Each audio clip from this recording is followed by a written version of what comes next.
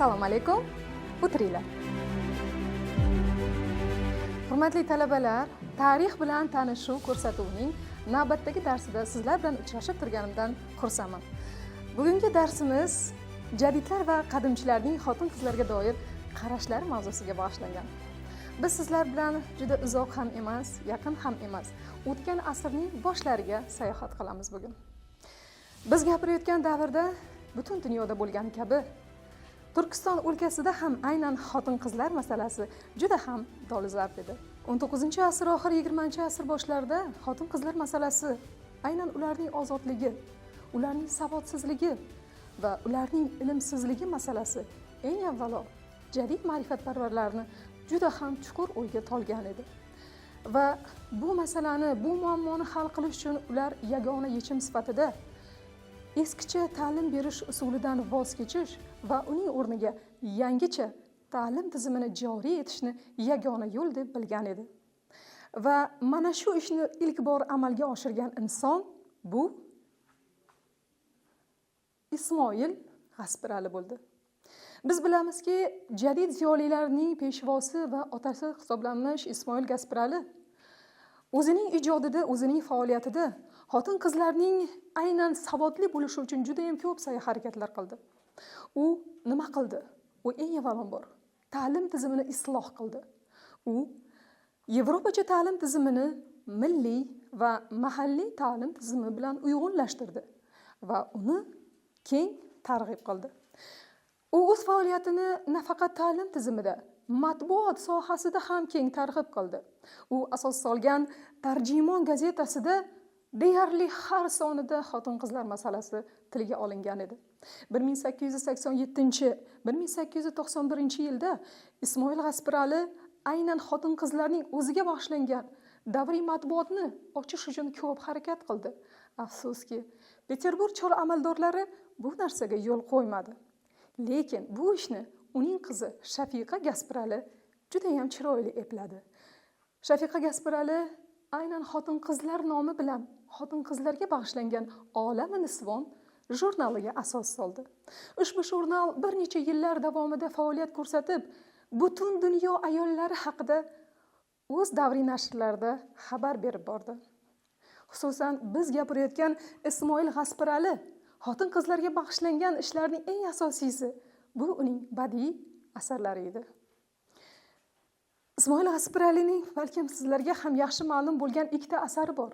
Bu Doru rohat musulmonlari va Xotinlar o'lkasi degan asarlari. Bu asarlar utopik romanlar deyiladi. Utopik romanlar nima edi? Utopik so'zi bu eng avvalambor ijodkorning orzu hayolidagi, idealidagi jamiyat degan. Ya'ni bu ideal jamiyat qanday jamiyat edi? Ismoil G'asparali tasavvurida. Birinchi asarning nomi yo'q, o'zi aytib turibdi. Doru rohat musulmonlari. Xo'sh, musulmonlarning rohat uyi qanday uy bo'lgan ekan? Qanday o'lka bo'lgan ekan degan savol tug'iladi. Agar bu asarni biz yaxshilab o'qib qarasak, ushbu asarda jannat makon, o'lka tasvirlanganini ko'rishimiz mumkin. Bu asarda o'ziga xosligi shundaki, Ismoil G'asparali bu yerda erkak bilan ayolni teng huquqli qilib yaratadi. Bu asarda qozi ayol obrazini yaratadi. Bu qozi ayol shunday ayol ediki, uning hukmisiz, uning so'zi, uning qarorisiz biror narsa hal bo'lmas edi. Har qanday masala, xotin-qizlar masalasi, oilaviy janjal bo'ladimi yoki umuman sudga kelgan, ya'ni hozirgi tilda to'g'rimi? Sudya qanday vakolatga ega bo'lsa, ana o'sha qozi ayol ham xuddi shunday vakolatga ega edi. Ismoil G'asparali nima qildi? Ismoil G'asparali eng avvalambor tarixiy faktlarni o'zining orzu hayollari bilan sintez qildi, ya'ni uyg'unlashtirdi va qarabsizki, biz uchun badiiy estetik zavq oladigan va shu bilan birga tarixiy faktlar bilan tanishadigan mana shunday bir o'ziga xos asar bo'lib dunyoga keldi. Ikkinchi asari Xotinlar o'lkasi. Sizlar eshitganmisiz shunday o'lka haqida? Hozirgi tilda, zamonaviy tilda Amazonka degan bir shunaqa atama ishlatiladi. Amazonkalar, ya'ni xotin-qizlar o'ziga o'zi hukmron bo'lgan joylar, to'g'rimi? Ismoil G'asparali Amazonkalarni ko'rganidan ko'ra ko'rmagan bo'lish ehtimoli ko'proq. Chunki u hozirgi kunda ham bor. To'g'rimi? Xotinlar o'lkasidagi tasvirlangan xotinlar, ularning farqi shunday ediki, ularning o'rni, ya'ni ijtimoiyligi erkaklar bilan aralashtirilgan edi. Qarabsizki, bu asarni o'qiganingiz sari zavqingiz oshadi. Chunki uni tasavvur qilishni o'ziyoq juda ham bir g'ayri oddiy, g'ayri tabiiy, to'g'rimi? Bu asarda nima demoqchi? Mana shu narsa biz uchun muhim. Ya'ni xotinlar o'lkasini tasvirlagan ijodkor nima demoqchi bu bilan? U xotinlar shunchalik podsho bo'lib yurishni xohladimi? Yoki erkaklar mana his qilib ko'r, ayol bo'lish qanchalik og'ir deganini aytmoqchi bo'ldimi? Keling, bu savolga biz mana shu jadidlarni 80-yillarda izlay topgani monografiyasi orqali bizning xalqimizga yetkazib bergan, ular haqidagi bor ma'lumotini to'kib sochgan inson rahmatli ustozimiz, so'nggi jadid nomini olgan professor Begali Qosimovning ta'birini o'qiymiz. Bu kishi shunday deydi: Xotinlar o'lkasi xayoliy sarguzasht qissasi. Begali Qosimov ta'biri bilan aytganda, bu asar ayollarni sochi uzun, aqli kalta deguvchi islom mutaassibligiga kinoya bo'lganidek, emansipatsiya niqobi ostida ularning asli xususiyatlarini hisoblanishi lozim bo'lgan nazokatdan uzoqlashtirilishiga, erkaklashtirishiga qarshi isyon ham edi. Darhaqiqat, bu asarda bir qarashdan emansipatsiya, ya'ni xotin-qizlar ozodligi g'oyasi tajassum etgani bilan unda ayollarning erkaklashtirilishiga qarshi g'oya ham aynan mana shu asarga singdirilgan edi demoqchi bo'ladi bizga olimimiz. Ya'ni qarangda, bu yerda o'sha olimning daqiqlikini. U faqatgina bu asarda xotin-qizlar erkin ozod bo'lishini targ'ib qilish bilan cheklanmayapti. Hamma narsada me'yor, chegara bo'lishi singari ayollar ham erkaklashib ketishiga qarshi bo'lyapti. Tasavvur qiling, jamiyatda hamma ayollar hokim bo'lsa, vazir bo'lsa, u nima bo'ladi u jamiyat? Demak, bu narsaga ham ahamiyat qaratgan ekan bizning olim ham va xususan Ismoil G'asparali ham. Biz jadid ma'rifatparvarlari qarashlarga avvalo to'xtalyapmiz, xususan Ismoil G'asparalidan boshlab barcha jadid ziyolilari, xoh Fitrat, xoh Behbudiy, xoh Avloniy, xoh Hamza, xoh Munavvar qorini oling. Ularning barchasi xotin-qizlar savodi olish uchun, ilm olishi uchun bor kuchini ayamadi. Xususan, Abdurrauf Fitrat o'zining munozara asarida nimalar degan ekan? Har bir inson, xoh erkak bo'lsin, xoh ayol bo'lsin, ilm olishi kerak. Ularning daxlsizligini ta'minlash, ijtimoiy kelib chiqishidan qat'iy nazar teng huquqli bo'lishi, amal mansabini suiiste'mol qilish, poraxo'rlik, fahsh kabi illatlarni daf qilish, millat istiqboli uchun poydevor bo'ladigan barkamol avlod tarbiyasi va bunda xotin-qizlarning hissasi, ulushi va mas'uliyati nihoyatda cheksiz deb bot-bot takrorlaydi Abdurrauf Fitrat. Mana shu birgina jumlaning o'zi bizga nimalarni yodga solyapti? Aslida ilm olish har bir muslim uchun va muslima uchun farz degan mashhur oyat bor, to'g'rimi? Mana shu oyatni hammaga to'g'ri talqin qila olishda ekan. Chunki bugun bizning mavzuyimiz aynan jadidlar bilan qadimchilarning o'rtasidagi bahs va munozaralarda edi. Va mana shu munozarada qani jadidlar nima debdi, qadimchilar nima debdi? Ana shulardan bittasi yana yorqin misol bizga Mazluma xotin dramasi bilan yaxshigina nom qozongan va nom qoldirgan dramaturg jadid Hoji Mo'yin o'zining shu bir maqolasida, ya'ni xotin-qizlar ozodligi va hijob masalasi maqolasida nimalar degan ekan? Paranji, choshband xotinlarimizni ijtimoiy-iqtisodiy ishlarga aralashishiga to'sqinlik qilar edi. Bu kunlarda hukumatimizning jiddiy harakatlari soyasida xotin-qizlarimizning qora parda paranjidan qutulib, haqiqiy ozodlikka chiqayotganlarini soyasida qancha shodliklar bilan ko'rib turamiz. Xotin-qizlar uchun maxsus maktab, kurslar, sanoatxona va otellar ochib berishni so'raydilar. Bu esa xotin-qizlarimizning va umuman xalqimizning ko'zi ochila boshlaganini ko'rsatadi deydi. Mana sizlarga bu darsdan lavhalar. Ya'ni ilk bor maktabga o'qishni boshlagan xotin-qizlarni tasvirga olingan suratlari. Ya'ni hozirgi so'zlardan ko'rinib turibdiki, Hoji Mo'in kabi ko'plab jadidlar ayollarni o'qishga targ'ib qilgan edi. Hijobni, paranjini, choshbandni tashlab yorug' jahonni ko'rishni targ'ib qilgan edi. Xo'sh, yana bu haqda qanday fikrlar deyilgan ekan? Biz navbatdagi muallifimiz bu Al-Isloh va Al-Izoh jurnallarida kelgan mualliflarning maqollariga murojaat qilamiz.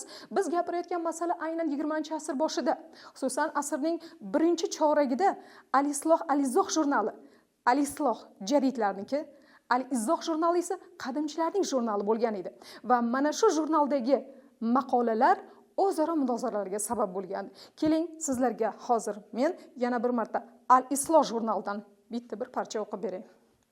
Al-Isloh jurnalida biz xususan mana shu 15-yil 24-sonida idora nomidan Abdulvahhab Murodiyning Shuroning 12-nomeri 659-sahifasida mana shunday bir maqolani o'qiymiz. U yerda shunday deyiladi: Shuro jurnalida bosilgan xotin-qizlar masalasiga doir tanqidiy maqola haqida gap boradi va Murodiy Turkiston xotin-qizlarining ma'rifatsizligi, ularning ma'rifatli bo'lishi uchun sharoit yo'qligini, ya'ni ulamolar to'sqinlik qilayotganidan shikoyat qiladi. Murodiy xotin-qizlarning ziyoli bo'lishi va farzand tarbiyasida ilmning nechog'li zarur ekanligini e'tirof etadi. Qizlar, yigitlar, sizlar shu gapga qo'shilasizlarmi? Darhaqiqat millat tarbiyasida kimning roli muhim? Birgina qizni tarbiyalasang, ummatni tarbiyalaysan degan gapni eshitganmiz a? Demak, mana shu narsani ular to'g'ri anglab yetishgan edi. Qizlar, yigitlar, bu munozaralar albatta o'zini izini qoldirmasdan qolmadi. Biz gapirayotgan davrda necha yillar davomida hijobda yurib, ya'ni yuzini, umuman o'zini erkaklardan to'sib yurgan ayollar birdaniga yuzini ochib, birdaniga sahnaga chiqib, birdaniga ko'chalarda yayrab yurishi aslo mumkin emas edi. Bu narsa albatta ko'plab yillarni talab qildi. Ming afsuski, bu narsa juda ham ko'plab qurbonlarga sabab bo'ldi. Nima uchun? Chunki ayollarning bunday yurishi eng avvalambor erkaklarga xush kelmagan edi. Kimanidir otasi, kimanidir ukasi, kimanidir umr yo'ldoshi o'z xotinini, o'z farzandini, o'z ayolini o'ldirishgacha olib borgan edi. Shulardan bitta eng mashhuri bu Hamza Hakimzoda unga bag'ishlab marsiya yaratgan. O'zbek sahnasining ilk aktrisasi Tursunoy Saidazimova edi. Tursunoy Saidazimova o'zini shunday bir xatarli kasbga qo'ygan edi, lekin afsuski uning umri qisqa ekan. Buxoroga borgan gastrolida eri tomonidan vahshiylarcha o'ldiriladi. Mana shu birinchi rasm xususan Tursunoy Saidazimovani rasmi hisoblanadi. Mana shunday aktrisalar, ayollar afsuski ko'plab qurbon bo'lgan edi biz gapirayotgan davrda. Biz xususan mana shu Hamza haqida gapirdik. Ayniqsa Hamzani buyuk dramaturgligini yaxshi bilamiz. Xotin-qizlar mavzusiga juda ham ko'p qo'l urgan ijodkor hisoblanadi. U yaratgan Maryamxon ham, Jamila ham, Xolisxon ham, Sanavbar ham, ularning hammasi o'z huquqi cheklanganidan jabr ko'rdi va ularning barchasi o'ldirildi. Va umuman bu davrda yaratilgan juda ham ko'p asarlar o'sha tarixdan guvoh beradi. Xususan biz yaxshi bilgan Abdulla Qodiriyning Rahimasi yoki Avloniyning Maryami, Hamzaning Maryami Jamilasi, Abdulla Badriyning To'toyi, bularning hammasi shunchalar hayotdan, shunchalik o'sha jabr zulmdan, shunchalar to'yib ketgan ayollar obrazi ediki, ularning barchasi o'z joniga o'zlari qasd qiladi. Ya'ni ular zahar ichib o'zini o'ldiradi.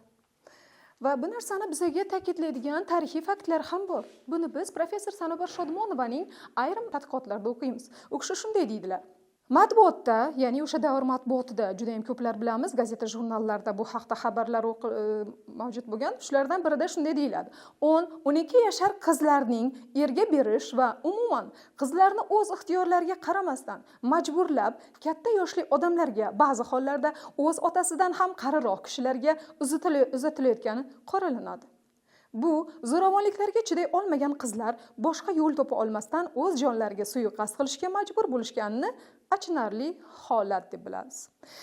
Shuningdek, bu maqolada yana shunday deyiladi: Astraxan shahridan bo'lgan 16 yoshlik Fatima ota-onasi uni ixtiyoriga qo'ymay bir mo'ysafatga bermoqchi bo'lgani sababli bunday zo'rlikka toqat qila olmay afyun yeb o'z-o'zini o'ldirmoqchi bo'lgan.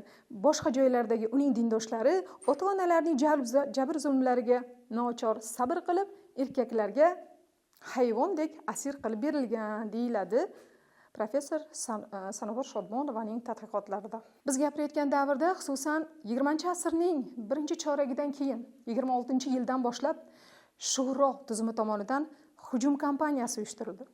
Hujum kampaniyasining maqsadi nima edi? Hujum kampaniyasining asl maqsadi go'yoki bizning o'lkada hukm surayotgan eski, chirigan illatlarni hujum qilish, illatlarga qarshi hujum qilish edi aslida. Endi qarangki, ana shu hujum kampaniyasining asosiy missiyasi bilan jadid ma'rifatparvarlari ilgari surgan g'oya, ya'ni xotin-qizlarning ozodligi, ilmli bo'lishi, savodli bo'lishi g'oyasi uyg'un keldi, ya'ni o'xshash keldi. Va bu narsa bir tarafdan hujum kampaniyasiga qo'l keldi. Lekin hujum kampaniyasining asl maqsadi nima edi? U Turkiston o'lkasi xotin-qizlarini paranjidan yetishdan qanday manfaatdor edi? U Turkiston o'lkasi xotin-qizlarni ilm ma'rifatli qilishdan manfaatdormidi? Nima uchun? Nimaga kerak edi ularga? Shuro tuzumi davrida ular bu yerda juda ham ko'plab zavod fabrikalar ochgan edi qizlar, yigitlar. Va ana shu zavod fabrikalarda ularga arzon ishchi kuchi kerak edi. Paranji choshbandda yurgan yoki xat savodi bo'lmagan ayollar, xotin-qizlar ularga bu ishni amalga oshirib bera olmasdi. Mana shu jihatdan bu qarashlar aynan mana shu joyda o'zaro o'xshash kelganidir. Biz yuqorida tilga olgan buyuk ma'rifatparvarlardan biri jadid ziyolisi Mahmudxo'ja Behbudiy, ya'ni bu inson bilasizlar bir necha marta haj umra sayohatlarini ham amalga oshirgan va barcha jadid ziyolilari qatori ham dunyo ham oxirat ilmidan boxabar olim edi. U kishi nima degan ekan bu haqda? Ayol eng hurmatga sazovor insondir. Unga erkinlik berilishi, ma'lumot olish uchun imkoniyat yaratilishi, moddiy va ma'naviy ne'matlardan bahramand bo'lishi lozim. Shariat ayolning ma'lumot olishini taqiqlamaydi, balki buyuradi. Ya'ni o'qishni targ'ib qilinadi shariatda deyiladi. To'g'rimi? Demak, biz gapirayotgan davrda aynan jadidlar va qadimchilarning xotin-qizlar haqidagi munosabati turlicha bo'lganligini mana ayrim misollar, fikrlar, she'rlar orqali, asar qahramonlari orqali, hayotda bo'lgan tarixiy faktlar, tarixiy shaxslar orqali ko'rdik. Biz bugungi mavzuyimizni agar umumlashtirib xulosa qiladigan bo'lsak, bu davrda bo'lgan barcha ishlar albatta biz uchun tarixiy saboq bo'ldi. Chunki aynan xotin-qizlar masalasida jadid va qadimchi o'rtasida paydo bo'lgan kurash ko'plab salbiy oqibatlarga olib kelganiga qaramasdan, o'zbek xotin-qizlari qaramlikdan qutulganiga, savodsizlikka barham berilganiga va ilmu ma'rifatli ayollar soni kun sayi oshib borganiga tarixning o'zi guvoh bo'ldi. Shuning bilan, hurmatli talabalar, bugungi darsimiz o'z nihoyasiga yetdi. Mavzuyimiz bo'yicha savollaringiz bo'lsa, marhamat. Gasparalini hamma urinishlari befoyda ketdi dedingiz-ku, o'shanda uni qizi hammasini uddaladi. Ya'ni nimaga aynan qizi uni uddalay oldi? O'shani bermoqchi edim savol. Katta rahmat savolingiz uchun, Ziyoraxon. Juda ham qiziqarli savol bo'ldi. Demak, darsni diqqat bilan eshitibsiz. Sizga rahmat. Bilasizmi nima? Ismoil Gasparali uddalay olmadi desak ham uncha to'g'ri bo'lmaydi. Chunki Ismoil Gasparali faqatgina xotin-qizlar matbuotini chiqarishga kelganda unga amaldorlar qarshilik ko'rsatdi. Lekin Shafiqa Gasparali aynan shu ishni epladi. Nima uchun? Biz bilamizki, xususan Qrim tatarlar Yevropa hududiga ancha yaqin xalq hisoblanadi. Aynan ularda xuddi Yevropadagi singari feminizm g'oyasi, gender degan masalalar ancha oldinroq boshlangan edi.